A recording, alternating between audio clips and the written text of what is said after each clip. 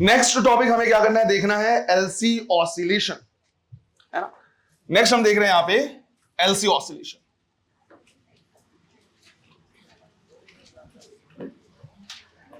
तो यहां पे हमने क्या किया है, टर्म रखा है या टर्म लिखा हुआ है क्या, ऑसिलेशन का। हमें क्या करना है, कुछ चीजें समझनी है। पहला ये कि हम इसको ऑसिलेशन बोल रहे हैं। कोई भी टर्म ऑसिलेशन या एसएचएम तब कहलाएगा जब वो क्या करे, डिफरेंशियल इक्वेशन ऑफ एसएचएम या डिफरेंशियल इक्वेशन ऑफ ऑसिलेशन को क्या करे, फॉलो करे, तभी वो कहलाएगा प्रॉपर तरीके से क्या, एसएचएम या oscillation.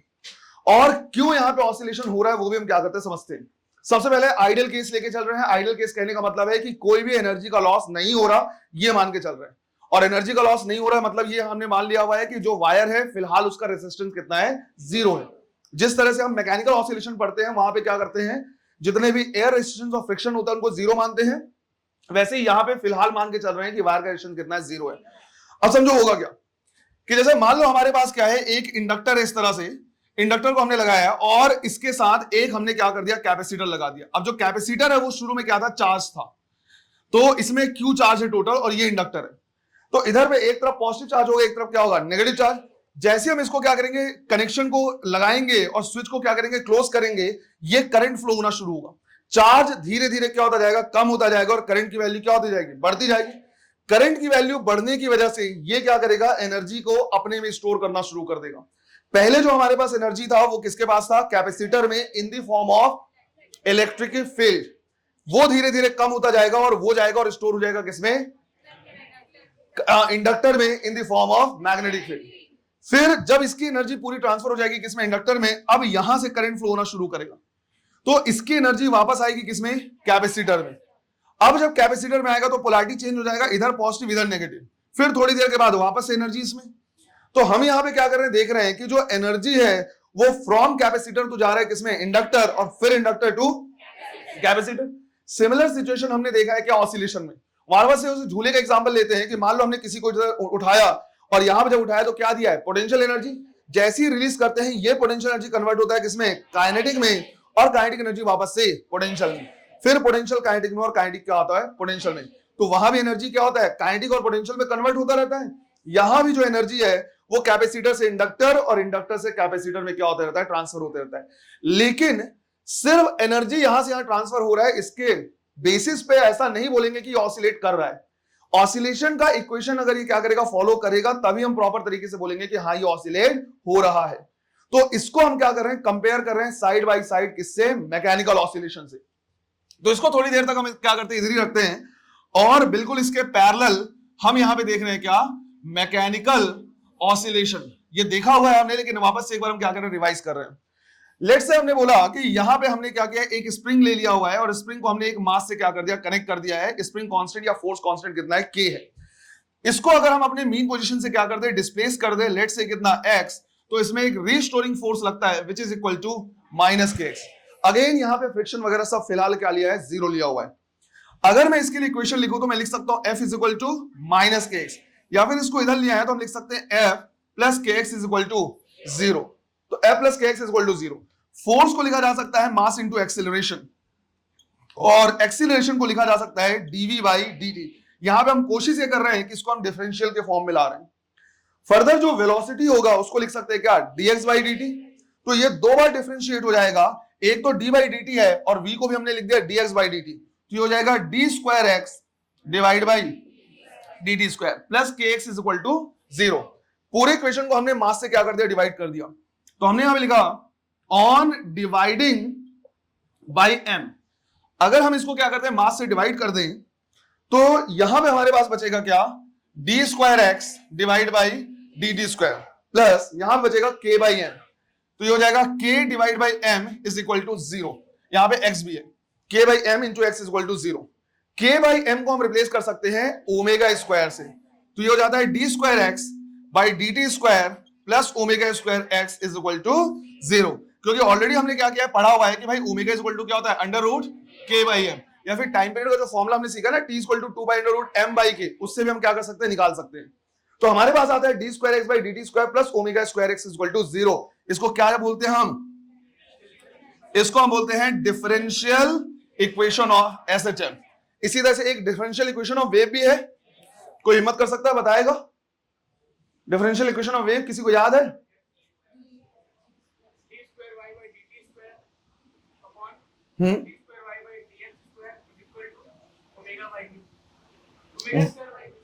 Omega square by k square या वी स्क्वायर बोल सकते हैं। तो याद करो, del square y by del t square divide by del square y by del x square is equal to v square. ये था डिफरेंशियल इक्वेशन ऑफ वेव। और हम ये बोलते हैं कि कोई भी इक्वेशन एसएचएम को फॉलो कर रहा है या वेव को फॉलो कर रहा है या नहीं कर रहा है, वो हम इससे डिटरमाइन कर सकते हैं कि उसको डिफरेंशियल के इक्वेशन में लिखा जा सकता है या नहीं लिखा जा सकता। तो यहां पे हमने क्या किया, देखा है कि भाई ये है डिफरेंशियल इक्वेशन ऑफ एसएचएम या ऑसिलेशन। अब यहां भी हम क्या करें, चेक कर रहे हैं कि अगर इसका भी इक्वेशन इसके सिमिलर आया, सेम तो आ नहीं सकता क्योंकि डिस्प्लेसमेंट वगैरह तो है नहीं, यहां पे फोर्स वगैरह लग नहीं रहा है, लेकिन अगर सिमिलर आया तो हम बोल सकते हैं कि हाँ ये भी ऑसिलेशन होगा। और इसके लिए हम क्या कर रहे हैं, यहां पे लिख रहे हैं सबसे पहले किरचॉफ्स वोल्टेज लॉ। यहां पे हम लिख रहे हैं किरचॉफ वोल्टेज लॉ। क्या होता है Kirchhoff voltage law? By the way, sum of all the potential difference in a closed loop is always equal to 0। तो यहां पे हमारे पास एक L लगा हुआ है और एक C लगा हुआ है, इनके क्रॉस हमको क्या करना है, पोटेंशियल डिफरेंस देखना है। इसके लिए पोटेंशियल डिफरेंस होगा क्या, Q बाई C, और इसके लिए होगा minus L di by dt is equal to 0। Further एक चीज हमें क्या करना है और देखना है कि जो करंट है उसको हम लिख सकते हैं माइनस dq बाई dt। होता है dq बाई dt, लेकिन यहां पे बैटरी नहीं है जो कंटिन्यूअसली चार्ज प्रोवाइड करते रहे। यहां पे कैपेसिटर का चार्ज धीरे धीरे क्या होने लगेगा, कम होने लगेगा, करंट बढ़ेगा और चार्ज क्या होगा, कम होगा, इसलिए यहां पे क्या लगा है, माइनस साइन लगा हुआ है। अगर मैं I इज इक्वल टू यहां पे वैल्यू पुट कर दूं तो d by dt of I, और I फर्दर क्या है, माइनस dq बाई dt, वो माइनस और माइनस क्या हो जाएगा, प्लस, तो q by c plus l, और ये हो जाएगा d square q by dt square is equal to 0। अब यहां पे मैं पूरे इक्वेशन को l से डिवाइड कर दे रहा, तो हमने यहां पे लिखा ऑन डिवाइडिंग बाई l। अगर l से डिवाइड कर दे तो ये वाला टर्म कितना बचेगा, सिर्फ d square q divide by dt square, यहां पे q divide by lc is equal to 0, और 1 अपॉन lc को हम ओमेगा स्क्वायर से चाहे तो क्या कर सकते हैं, रिप्लेस कर सकते हैं। तो इसे अगर हम ओमेगा स्क्वायर से रिप्लेस कर देंगे तो d square q by dt square plus omega square q is equal to 0। अब जब हम इन दोनों को क्या करते हैं, कंपेयर करते हैं, तो हमें समझ में आता है कि जिस फॉर्मेट में, जिस तरह से हमारे पास डिफरेंशियल इक्वेशन आया किसका, एसएचएम का, बिल्कुल उसी फॉर्मेट में हमारे पास आया है इक्वेशन किसके लिए, एलसी के लिए। तो इसे हम एलसी ऑसिलेशन कह सकते हैं। साथ ही साथ यहां पे दोनों इक्वेशन को हमें क्या करना होता है, कंपेयर करना होता है। कंपेयर कहने का मतलब है जहां पे हमारे पास डिस्प्लेसमेंट लिखा है वहां पे हमारे पास क्या है, चार्ज है। क्लियर है? इसी तरह से जहां पे 1 अपॉन एलसी लिखा है वहां पे क्या है, के बाई एम। तो हम दोनों को क्या करते हैं, साइड बाय साइड कंपेयर करके लिखते हैं कि भाई जहां पे हमारे पास क्या है, इंडक्टर है तो उसका मैकेनिकल इक्विवेलेंट क्या है, या जहां पे हमारे पास फ्रिक्शन है उसका इलेक्ट्रिकल इक्विवेलेंट क्या है। इस तरह के कई बार क्या करते हैं, क्वेश्चन पूछते हैं। तो दोनों इक्वेशन को हम क्या करेंगे, अभी कंपेयर करके लिखेंगे कि यहां इलेक्ट्रिकल में क्या है और मैकेनिकल में क्या है। क्लियर है ये? चलो इसको नोट करो पहले। यहां पे मिल रहा है d square x by d t square plus omega square, और ओमेगा स्क्वायर की जगह पे क्या है, k by m x is equal to 0। और जब हम बात कर रहे हैं किसकी, इलेक्ट्रिकल ऑसिलेशन की, तो ये आ रहा है d square q divide by d t square plus omega square, और ओमेगा की जगह पे क्या है, 1 upon LC into q is equal to 0। अब इसके बेसिस पे क्या करता है, वो कंपैरिजन करने के लिए बोलता है। तो इक्विवेलेंट पूछता है कि भाई इलेक्ट्रिकल के इस कंपोनेंट की जगह पे मैकेनिकल का कौन सा कंपोनेंट आएगा या कौन सा फैक्टर आएगा। तो हम यहां पे क्या कर रहे हैं, दोनों को कंपेयर कर रहे हैं। अगर क्वेश्चन आया तो बिल्कुल सिंपल सा क्वेश्चन आ जाएगा, डायरेक्ट तुम क्या करोगे, आंसर वहां पे लिखोगे सीधा। तो कंपैरिजन में हम ऐसे देख रहे हैं कि एक साइड हम लिख रहे हैं क्या, इलेक्ट्रिकल ऑसिलेशन, इलेक्ट्रिकल ऑसिलेशन, और इसी को हम क्या कर रहे हैं, कंपेयर कर रहे हैं किससे, मैकेनिकल ऑसिलेशन से, मैकेनिकल ऑसिलेशन से। अब यहां पे देख के हमें क्या करना है, कंपेयर करना है कि सबसे पहले तो इलेक्ट्रिकल में जहां पे क्या आ रहा है, चार्ज आ रहा है, मैकेनिकल में वहां पे क्या आ रहा है, डिस्प्लेसमेंट। तो पहला हमारे पास टर्म आ रहा है कि जहां पे हम यूज कर रहे हैं क्या, चार्ज को Q, यहां पे उसकी जगह पे क्या आ रहा है, डिस्प्लेसमेंट आ रहा है x। इसी तरह से rate of flow of charge is known as current. तो जहां पे हमारे पास करंट होगा वहीं पे rate of change of displacement is known as velocity. तो वहां पे हमारे पास होगा क्या, वेलोसिटी। तो करंट का इक्विवेलेंट क्या हो जाएगा, वेलोसिटी। इसी तरह से जहां पे अगर तुम देखो नीचे में क्या रहा है m और यहां पे क्या है l, यही है, या फिर यहां पे क्या था, पहले m था और यहां पे क्या था, l था। तो जो यहां पे काम होता है किसका, इंडक्टर का, वही काम यहां पे किसका होता है, मास का। और इसके पूछे जाने के चांसेस बहुत है, क्योंकि दोनों जो है वो बहुत सिमिलर हैं। जैसे मास है तो इनर्शिया है, और याद करो इनर्शिया का काम क्या था, चेंज का अपोज करना। चेंज का अपोज करना कहने का मतलब है कि अगर वो रेस्ट में है तो मोशन का अपोज करेगा, और मोशन में है तो रेस्ट का अपोज। ऐसा नहीं कि रेस्ट का अपोज या मोशन का अपोज कर रहा है, रेस्ट में है तो मोशन का करेगा अपोज, और मोशन में तो रेस्ट का करेगा। सेम वही काम कौन करता है, इंडक्टर। इंडक्टर में भी यही सिखाया हुआ है कि अगर कोई वैल्यू बढ़ रही है तो बढ़ने का अपोज करेगा, और अगर करंट घट रहा है या एनर्जी घट रही है, पोटेंशियल घट रहा है, तो उसको घटने का अपोज करेगा। तो ये भी क्या करता है, चेंज का अपोज करता है। तो इंडक्टर को हम इलेक्ट्रिकल इक्विवेलेंट ऑफ इनर्शिया बोलते हैं, या उल्टा बोल सकते हो, इनर्शिया को बोलेंगे mechanical equivalent of inductor. Clear है ये? इसी तरह से जो काम यहां पे कौन करता है, रेसिस्टेंस करता है, वही काम वहां पे मैकेनिकल में कौन करेगा, फ्रिक्शन। वही काम कौन करेगा, फ्रिक्शन करेगा। फ्रिक्शन का भी काम होता है एनर्जी का लॉस कराना। उसी तरह से यहां पे भी हम रेसिस्टेंस का भी काम होता है एनर्जी का लॉस कराना। आइडियल केस में हम फ्रिक्शन को जीरो लेके चलते हैं, इसी तरह से आइडियल केस में रेसिस्टेंस को भी जीरो लेके चलते हैं। अगर वहां के ऑसिलेशन में हम एयर रेसिस्टेंस वगैरह क्या कर ले या फ्रिक्शन वगैरह मान ले, तो धीरे धीरे एम्पलीट्यूड क्या होने लगता है, कम होने लगता है, जिसको हम डैंपिंग बोलते हैं। सेम उसी तरह से एलसी ऑसिलेशन में भी अगर वायर जो लगाए हैं उसका रेसिस्टेंस मान ले, तो एनर्जी धीरे धीरे क्या होगा, हीट के फॉर्म में लॉस हो जाएगा। और एनर्जी अगर धीरे धीरे लॉस हो जाएगा तो ये भी क्या हो जाएगा, डैम्प हो जाएगा एक तरीके से। इसको लिमिटेशन ऑफ एलसी ऑसिलेशन भी कहते हैं, कि जो भी वहां पे क्या करते हैं हम एनर्जी लेते हैं, वो धीरे धीरे वायर के रेसिस्टेंस की वजह से क्या होता है, लॉस हो जाता है। क्लियर है ये? इसी तरह से ये भी इंपॉर्टेंट है, ध्यान रखना। इसी तरह से जैसे यहां पे नीचे में m था, यहां पे l, यहां पे क्या बचा है, k, यहां पे क्या बचा है, 1/c। अब इसका कोई सेंस बने ऐसा जरूरी नहीं है, कई चीजों को हम सिर्फ और सिर्फ क्या करते हैं, कंपेयर करके लिख देते हैं। तो यहां पे है 1/c, और यहां पे हमारे पास क्या है, राइट, k है, फोर्स कांस्टेंट या स्प्रिंग कांस्टेंट बोल सकते हैं। तो यहां पे क्या है, k है। इसका कोई लॉजिक बने ऐसा जरूरी नहीं है, कंपेयर करके हम बोल दे रहे हैं। इसी तरह से अगर हम एनर्जी की बात करें, तो यहां पे जब हम क्या करते हैं, बात करते हैं टोटल एनर्जी की, तो दो टाइप की एनर्जी होती है, एक काइनेटिक एनर्जी और पोटेंशियल एनर्जी। ऑसिलेशन में काइनेटिक एनर्जी को क्या लिखेंगे, half mv², potential energy half kx²। भाई यहां जहां पे फोर्स F = -kx होगा, उसके लिए पोटेंशियल एनर्जी क्या होगा, हाफ kx² होगा। इसी तरह से यहां पे जो टोटल एनर्जी होगा, उसका कुछ पार्ट स्टोर होगा किसके पास, किसके पास, इंडक्टर के पास, और कुछ पार्ट किसके पास, कैपेसिटर के पास। जिस तरह से वहां पे काइनेटिक और पोटेंशियल के फॉर्म में होता है, यहां पे इंडक्टर और कैपेसिटर के पास होगा। इंडक्टर के पास जो एनर्जी होगा वो क्या लिखेंगे, हाफ Li², और कैपेसिटर के पास हाफ CV²। मैं उसे Q²/C लिख रहा। जब मैं ऐसा लिखूंगा तो तुम एनर्जी को भी कंपेयर कर सकते हो। यहां पे हाफ Li है, L के जगह पे M लिखते हैं, I के जगह पे V लिखते हैं। तो काइनेटिक एनर्जी बिल्कुल वैसी है जैसे यहाँ पे इंडक्टर में चार्ज। उसी तरह से कैपेसिटर में हाफ Q²/C, जहां पे 1/C है वहां पे K आ गया, और जहां पे चार्ज है वहां पे डिस्प्लेसमेंट आ गया। आया समझ में? तो ये कंपैरिजन भी तुमको आना चाहिए। इसका मतलब सीधा सीधा ये हुआ कि जिस टाइप का क्वेश्चन मैंने क्या किया है, मैकेनिकल ऑसिलेशन में करवाया हुआ है, उसी टाइप का क्वेश्चन कहां पे हो सकता है, फ्रेम, इलेक्ट्रिकल ऑसिलेशन में। मैकेनिकल ऑसिलेशन में एनर्जी से रिलेटेड मैंने कुछ क्वेश्चंस करवाए थे, याद करो। जैसे मैंने बोला था कि एक ऑसिलेशन कर रहा है, उसका एम्पलीट्यूड कितना, a। मुझे ये बताओ कि भाई मीन पोजीशन से किस डिस्प्लेसमेंट में काइनेटिक एनर्जी और पोटेंशियल एनर्जी इक्वल होंगे, या मीन पोजीशन से किस डिस्प्लेसमेंट में जो काइनेटिक एनर्जी होगा टोटल एनर्जी का 3/4 होगा या 1/4 होगा। इस टाइप का क्वेश्चन था। सिमिलर क्वेश्चन यहां भी क्या कर सकते हैं, फ्रेम कर सकते हैं कि भाई कैपेसिटर को हमने टोटल चार्ज क्यों दिया है, उस टाइम पे चार्ज बताओ जब दोनों में बराबर बराबर चार्ज होंगे, या कैपेसिटर में स्टोर चार्ज क्या होगा, 3/4 होगा टोटल का, या इंडक्टर में टोटल चार्ज होगा 3/4 ऑफ टोटल का। सिमिलर क्वेश्चन यहां भी बन सकते हैं। तो उस टाइप के क्वेश्चन हमको क्या करने, देखने हैं, जिसको सॉल्व करने का पैटर्न ऑलरेडी हमको पता है ना। पहले इसको नोट करो, फिर क्वेश्चन देखिए।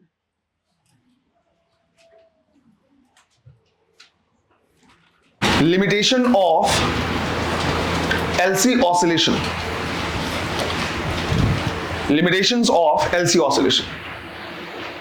है ना। जैसे हमने ये बोल लिया कि भाई जो एनर्जी है वो क्या करता रहेगा, इंडक्टर और कैपेसिटर के बीच में ऑसिलेट होता रहेगा, लेकिन एक्चुअली ऐसा होता नहीं है। पहला लिमिटेशन है, एनर्जी इज लॉस्ट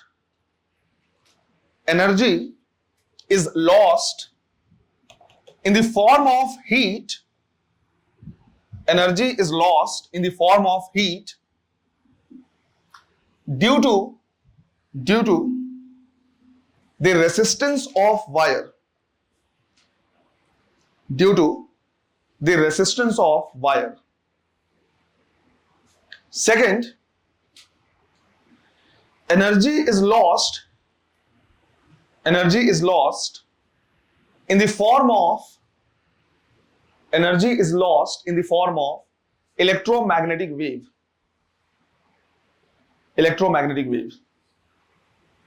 मुझे सिर्फ ये बताओ कि यहां पे इलेक्ट्रोमैग्नेटिक वेव क्यों रेडिएट होगा? क्योंकि हम पढ़ रहे हैं क्या, ऑसिलेशन। जहां पे ऑसिलेशन होगा वहां पे चार्ज क्या होगा, एक्सेलरेट होगा। और हमने शुरू से ये पढ़ा हुआ है कि भाई अगर चार्ज क्या हुआ, एक्सेलरेट हुआ, तो वो क्या करेगा, इलेक्ट्रोमैग्नेटिक वेव के फॉर्म में एनर्जी रेडिएट करेगा। तो ये वो पॉइंट है जहां से अगला चैप्टर क्या हो जाता है, कनेक्ट हो जाता है, इलेक्ट्रोमैग्नेटिक वेव। क्योंकि ऐसा नहीं है कि अगर हमें इलेक्ट्रोमैग्नेटिक वेव क्या करना है, जनरेट करना है, तो हम किसी चार्ज को ऐसे रस्सी से बांध ली और ऐसे ऐसे ऑसिलेट कराएंगे। चार्ज को इस तरह से ऑसिलेट नहीं कराया जाता। चार्ज को कैसे ऑसिलेट कराते हैं, एलसी ऑसिलेशन। और किस फ्रीक्वेंसी का रेडिएशन चाहिए उसके हिसाब से हम क्या करते हैं, ओमेगा की वैल्यू सेट करते हैं, विच इज √1/LC। तो यहां से हम क्या करते हैं, इलेक्ट्रोमैग्नेटिक वेव जनरेट करते हैं। और यहीं से वो पॉइंट है जहां से अगला चैप्टर क्या हो जाता है, कनेक्ट हो जाता है। क्लियर है? क्वेश्चन लिखना है।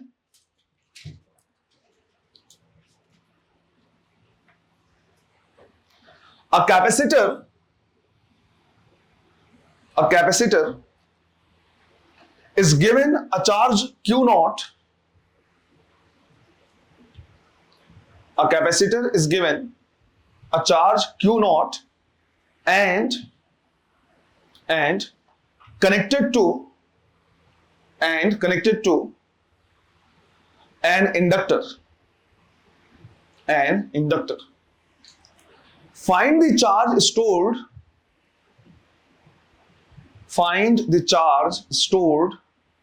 in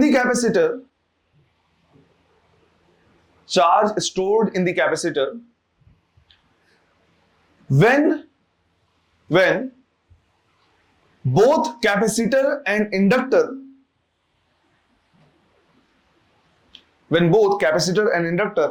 stores equal energies.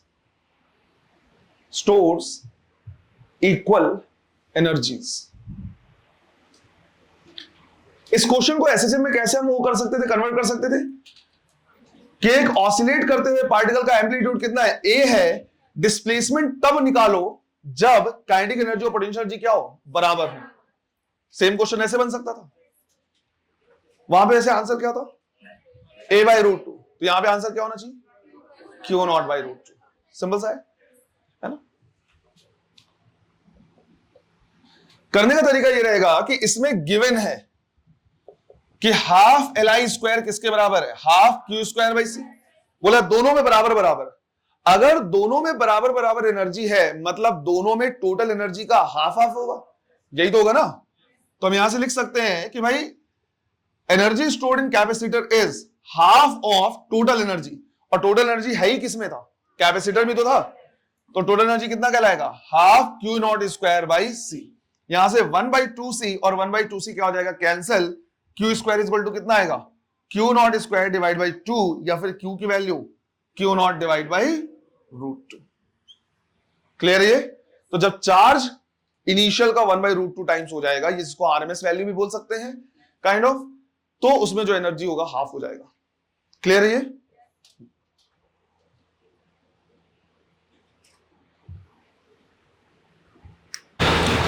A capacitor having charge Q0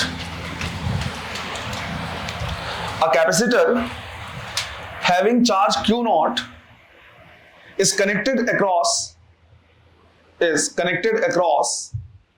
an inductor.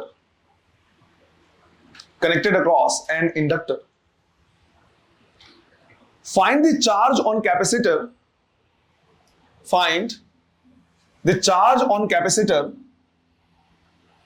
when when energy on inductor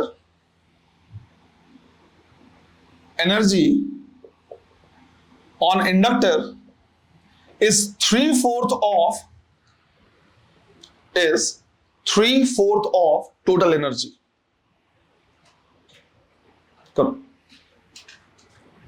given ये है कि भाई इंडक्टर में टोटल एनर्जी का 3/4 है, लेकिन हमें निकालना क्या है? चार्ज। और जो चार्ज होता है वो किसके फॉर्मूले में आता है? कैपेसिटर। तो हमें सॉल्व कैपेसिटर से ही करना है। सेम यही तरीका हमने क्या किया था, यूज किया था कहां पे? एसएचएम में, है ना। जिनको याद नहीं आ रहा है, एनर्जी कंसिडरेशन इन एसएचएम करके टॉपिक है एसएचएम में, उसको जाके एक बार क्या करना है? रिवाइज करना है। जैसे मैंने वहां पे बोला था कि अगर तुमसे डिस्प्लेसमेंट पूछा है तो डिस्प्लेसमेंट आता है पोटेंशियल एनर्जी के फॉर्मूले में, हाफ के एक्स स्क्वायर। तो भले वो ये बोलेगा कि भाई काइनेटिक एनर्जी 3/4 है, पर सॉल्व किससे करना है? पोटेंशियल एनर्जी से करना है। बिल्कुल उसी तरह से चार्ज आता है किसमें? कैपेसिटर में।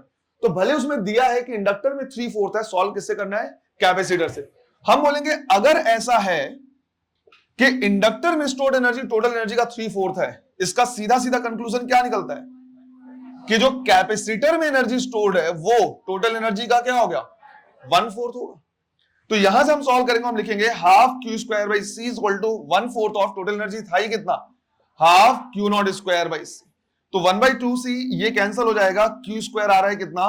Q not square divide by 4, या क्यू की वैल्यू कितनी? Q not by 2। क्लियर है ये? एक क्वेश्चन और लिखना है, इसको नोट कर लेना।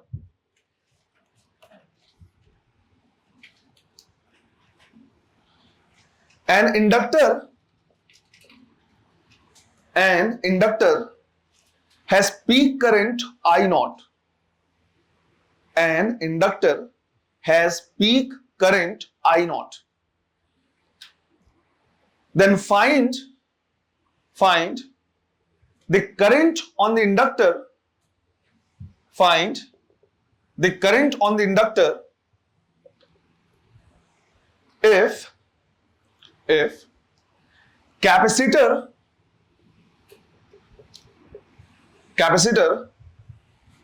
has 1/4 of total energy. तो जब कैपेसिटर में टोटल एनर्जी का 1/4 होगा तो इंडक्टर में करंट कितना होगा, ये तुमको क्या करना है? पता करना है। करो। अब क्या पूछा है? करंट। और करंट किसके फॉर्मूले में आता है? इंडक्टर के। तो सॉल्व भी इंडक्टर से ही करना है। भले उसने ये बोला है कि टोटल एनर्जी इन कैपेसिटर 1/4 है, पर सॉल्व किससे करेंगे? इंडक्टर से। तो हम यहां पे कहेंगे कि देखो ऐसा है, अगर कैपेसिटर में टोटल एनर्जी का 1/4 है, इसका मतलब क्या हुआ? कि इंडक्टर में टोटल एनर्जी का कितना होगा? 3/4 होगा। तो हम यहां पे लिखेंगे half Li square is equal to 3/4 of total energy. कितना लिख सकते हैं हम? हाफ L I0 का स्क्वायर। ऐसा इसलिए लिख रहे हैं क्योंकि पीक है। मैक्सिमम करंट तभी होगा जब पूरी की पूरी एनर्जी किसके फॉर्म में होगी? इंडक्टर के फॉर्म में, इंडक्टर में स्टोर होगी तब। यहां से अगर हम सॉल्व करेंगे तो 1/2 L वाला टर्म क्या हो जाएगा? Cancel. I square is equal to कितना आ रहा है? 3/4 ऑफ I0 स्क्वायर। तो यहां से I की वैल्यू कितनी आएगी?